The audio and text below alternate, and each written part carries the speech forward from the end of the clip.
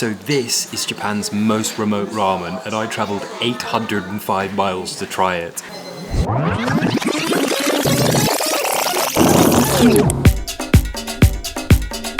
So this is where I am, Tokyo, Japan's capital city. And this is Rishiri Island, a tiny volcanic island near Russia where the most isolated ramen store in Japan and in the world is located. Miracle Ramen. Now, Miracle Ramen serve delicious ramen. Ramen so delicious that it has been Michelin Guide rated twice, and it's also been coined as Japan's best ramen. The only problem is, to get from here to here is a very, very difficult journey. It's a journey that requires crossing 2 seas, 5 modes of transport, and travelling 805 miles to the point where you can literally swim to Russia. And it's only open 3 hours a day. And it also happens to be exactly where I'm going.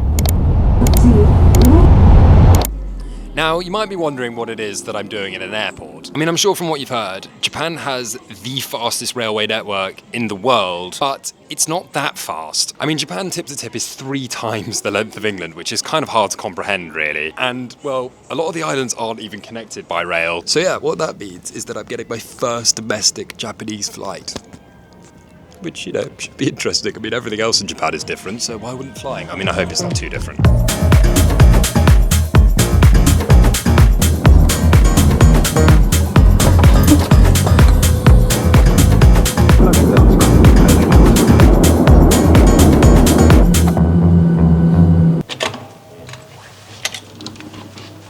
So I just want to say, before I even get into what it is that I'm actually doing here, Japanese Airlines, you have my heart. £55 flight, right? No add-ons, free food, got to choose my seat, and if I'd actually wanted it, the price included a free 23 kg bag. I'm in shock, I'm in shock. Anyway, how dare I? Welcome to my humble abode for evening 1.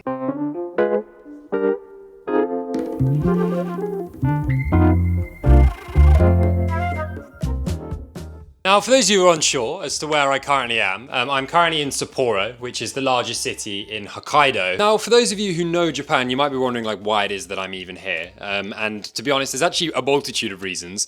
Number one, the distance that I'm actually traveling requires me to break it down into a couple of different days. So I thought I'd also see some of Japan while it is that I'm here. You know, and it's definitely not the worst place in the world to have to stop off either. I mean, just...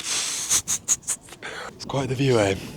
It's quite the view. I'm kind of struggling to actually take it in. That's how kind of ridiculous it is. And secondly, and debatably more importantly, it is famous all around Japan for its food. And more specifically, its miso ramen. Which, well, if you've never seen this street before, was quite literally invented here. And you know, since we're technically on the ultimate ramen pilgrimage, I felt that it would only be fair that I would come to the most famous place in the entirety of Japan to try the ramen, you know, to give us a bit of a baseline. So that when we actually do try it, we know what we're actually working with.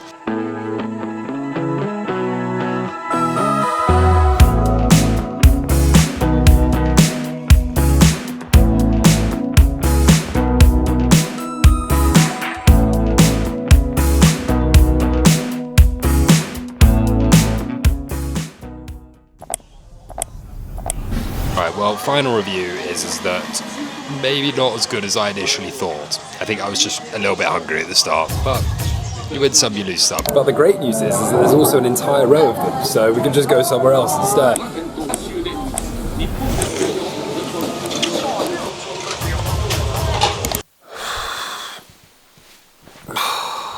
Well, good night, and I'll see you in 5 hours. Oh my god, I'm exhausted. So, good morning. Now, as much as I would love to give you an emotional spiel about how much I have loved staying in Sapporo, which I have, the time is 6:30, I've had 5 hours sleep, and if I don't make my train at 7:30, which is the only train of the day to my next destination, I am screwed. So instead, please enjoy a very short edit of how much I've actually enjoyed staying at this place, because it's been unreal.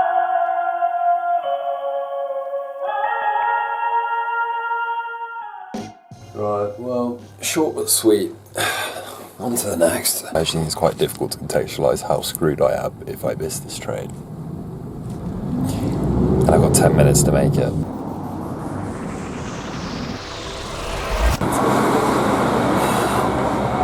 2 minutes. That's how much I made that by. Anyway, like the 5-hour journey to the most northern city in the entirety of Japan commenced.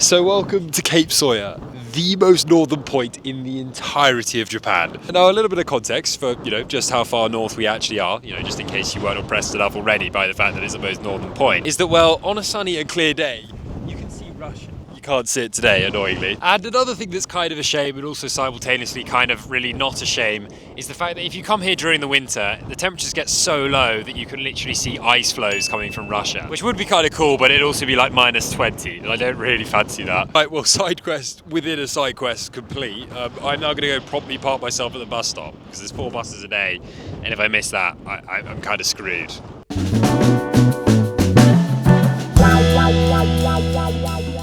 So as you can see by the fact that I'm not currently sprawled out by the side of the road, I managed to make the bus. Well, welcome to Wakkanai, the most northern city in the whole of Japan. I mean, I guess it's not really a thing so much anymore, but yeah, it is the most northern city. And in terms of what it is that I'm doing here, other than the fact that this is the final stop off before we get to the island tomorrow, there's lots of deer. So yeah, let's go and see some.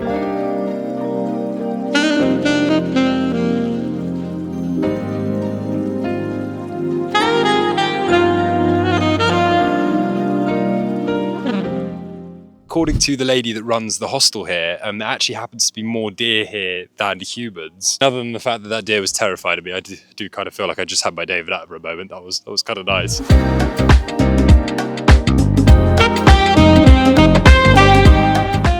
And also, ridiculously bad weather. Hence this 427-meter long water break. Don't know if you can see from the sign behind me, but it is also the only place in Japan where Russian is somewhat spoken. And until very recently, it was still home to a Russian restaurant and supermarket. That's enough facts. I'm starving. Let's go get some food.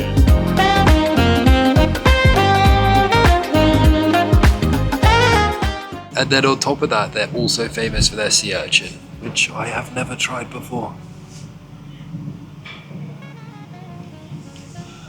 That's surprisingly good.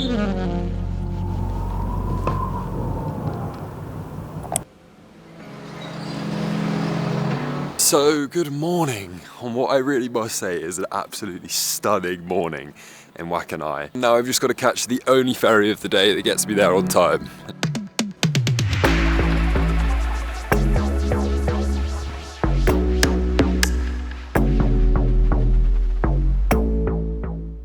I must say, this whole journey has just felt so surreal. Like, I am now currently on a ferry going right next to Russia to a remote Japanese island that also happens to be a volcano and has a population of 5,000 people.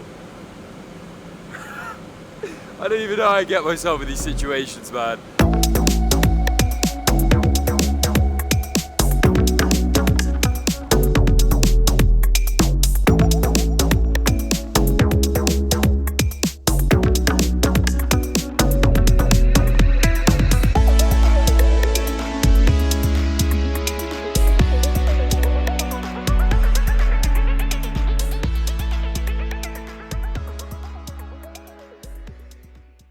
Well, after 3 days of travel and well over 750 miles, may I please present to you the most remote ramen store in Japan.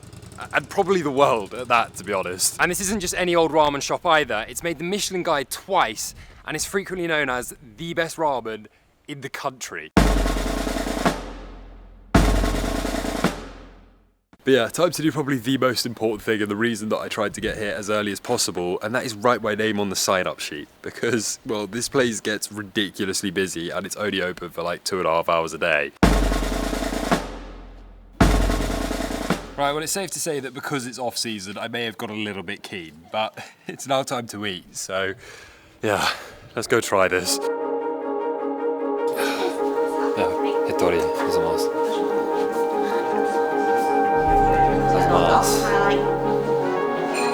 Well, here we go.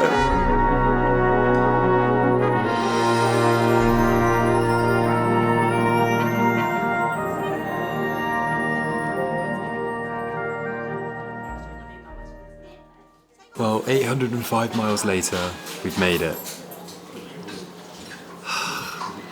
This feels good, man. I just want to say, like, I know that this journey has been a lot. It's been an emotional journey, but this has made it worth it. Like, this for once is not a letdown. I mean, compared to the ramen at Sapporo, this is like levels above. I mean, I would probably say this is the best ramen I've ever had in my life.